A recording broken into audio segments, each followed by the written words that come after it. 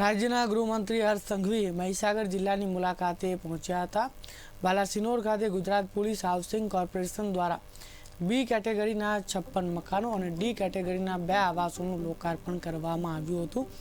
ગૃહમંત્રી હર્ષ સંઘવીએ રિબિન કાપી પોલીસ આવાસો પોલીસ સ્ટાફ માટે ખુલ્લા મૂક્યા। પોલીસ સ્ટાફના કુલ 58 પરિવારો વસવાટ કરી શકશે।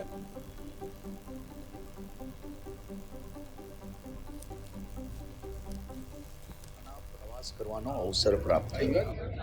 મહીસાગર જિલ્લાના સૌ ચૂંટાયેલા પ્રતિનિધિ આદરણીય મંત્રી શ્રી કુબેરભાઈ, સાંસદ શ્રી રતનસિંહજી, અમારા પૂર્વ મંત્રી નિમિષાબેન, સૌ લોકો જોડે પોલીસના રહેણાંક મકાનોના લોકાર્પણ તથા મહીસાગર જિલ્લાના સૌ નાગરિકો માટે આજે આદરણીય મુખ્યમંત્રી શ્રી ભૂપેન્દ્રભાઈ પટેલે ખાસ ભેટ તરીકે 25 નવી બસો મોકલી છે।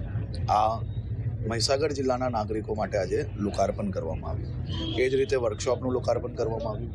આજે આ નવી બસોના લોકાર્પણ સમયે અહીંયાના સૌ નાગરિકોને 2 હાથ જોડીને હું અપીલ કરવા માંગુ છું।